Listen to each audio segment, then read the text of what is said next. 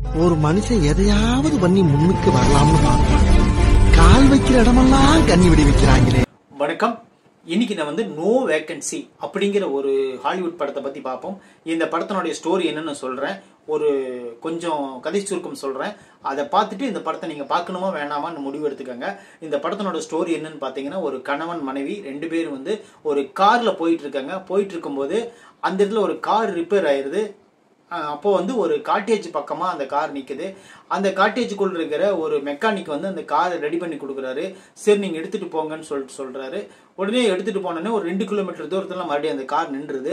நின்ன உடனே என்ன பண்றாங்கன்னா, 2 பேரும் சரி காருக்குள்ள ஏன் இருட்டில் உட்காந்துருக்கணும், உடனே போய் அந்த மெக்கானிக்கலை கூட்டிட்டு வரலான்னு சொல்லிட்டு அந்த காட்டேஜுக்கு 2 கிலோமீட்டர் நடந்து வராங்க.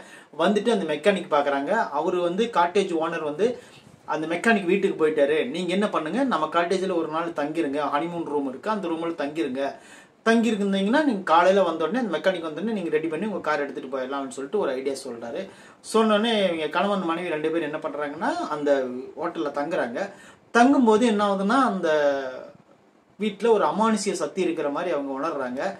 அப்போ ஒரு வீடியோ கேசட் கிடைக்குது. அந்த டெக்கில் போட்டு பார்க்குறாங்க. அப்போ இந்த சின்ன டெக்கு கேஸ்ட் தான். அந்த கேஸ்டில் போட்டு பார்க்குறாங்க. போட்டு பார்க்கும்போது அதாவது ரணகொடூரமாக ஒரு பெண்களை கொடுமைப்படுத்துகிற மாதிரியும் கொலை செய்கிற மாதிரியும் அந்த வீடியோவில் காட்டப்படுது. உடனே அது என்ன பண்ணுறாருன்னா, நம்ம ஹீரோ உணர்ந்துடுறாரு. இந்த ரூமில் தான் அது நடக்குது அப்படின்னு சொல்லிட்டு அது கண்டுபிடிக்கிறாரு. அப்புறம் சுற்றி அந்த ரூம் சுற்றி கேமரா வச்சுக்கிறாங்க. இதுக்கப்புறம் அந்த ஹோட்டல் ஓனரு இவங்க 2 பேர்த்தையும் அந்த ரூம் விட்டு வெளியே தப்பிக்க விட்டாரா, இல்லை இவங்க 2 பேர்த்தையும் கொலை செஞ்சாரா அப்படிங்கிறது தான் இந்த படத்தினுடைய கதை. இந்த படத்தை ஆரம்பத்தில் ரொம்ப ஸ்லோவாக கொண்டு போய் ஒரு 1.5 மணி நேரம் தான் படம். ஒரு 3/4 மணி நேரத்துக்கு ஸ்லோவாக கொண்டு போகிறாங்க.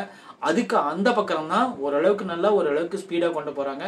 ஹாரர் மூவி தான், கிரைம் த்ரில்லர் மாதிரி. நீங்கள் என்ன பண்ணுங்க, அந்த படத்தை பார்க்கும்போது கண்டிப்பாக நீங்கள் குழந்தைகள் யாரும் பார்க்காதீங்க. அதை மாதிரி ரொம்ப ரத்தம் திரிக்க காட்சிகள் நிறைய இருக்குது. அதனால நீங்கள் குழந்தைகள் பார்க்காதீங்க. நல்ல ஒரு ஸ்டோரி தான். ரெண்டாவது லாஜிக் மிஸ்டேக் நிறைய இருக்கும். ஒரு டைம் போலீஸ் ஒருத்தர் அவங்க தேடி வருவாங்க. என்னன்னா, இங்கிருந்து ரூம்ல இருந்து ஒரு கால் பண்ணி சொல்லுவாங்க, இந்த மாதிரி நாங்கள் ஒரு ஆபத்தில் மாட்டியிருக்கோம் வாங்கன்னு சொல்லுவாங்க. சொன்னோடனே ஒரே ஒரு போலீஸ் மட்டும் வருவார். அதெல்லாம் ரொம்ப லாஜிக் மிஸ்டேக்காக இருக்குது. ஏன்னா அந்த இருட்டில் ஒரு போலீஸ் மட்டும் அந்த காட்டேஜை சுற்றி பார்க்க வருவாங்களா, அந்த மாதிரி காட்டுறாங்க. இன்னொரு விஷயம் என்னன்னா, அது நிறைய ஒரு சாவியை தொலைச்சிட்டு போயிடுறாங்க. அந்த சாவி தொலைச்சது அவ்வளோ சீனாக காட்டுறாங்க. அதுக்கப்புறம் அந்த சாவியை பற்றி அவங்க நினைக்கிறதே இல்லை. அது நிறைய லாஜிக் மிஸ்டேக் நிறைய இருந்தாலும் ஒரு ஹாரர் மூவிக்கு என்ன தேவையோ, ஒரு கிரைம் த்ரில்லர் மூவிக்கு என்ன தேவையோ அதை அப்படியே கொடுத்துருக்காங்க. அந்த அதாவது ஒரு சப்வேக்குள்ளே போய் ஆள் நடமாட்டம் இல்லாத ஒரு அடியில் போகிற ஒரு சப்வேக்குள்ளே போகிறாங்க. எலிகளினுடைய தொல்லை தாங்க முடியாமல் இருக்கும். அந்த சீன்லாம் கொஞ்சம் பரபரப்பாக இருக்கிற மாதிரி இருக்கும். ஒரு சில சீன்களை தவிர்த்துட்டு நீங்கள் மொத்தமாக ஓவராலாக படம் பார்த்தீங்கன்னா கண்டிப்பாக நோ வேக்கன்சி ஒரு டைம் வாட்ச் பண்ணலாம். இது பழைய படம் தான். இப்போ ஹெச்டியில் தமிழில் விட்டுருக்குறாங்க. நீங்கள் கண்டிப்பாக பார்த்து என்ஜாய் பண்ணலாம்.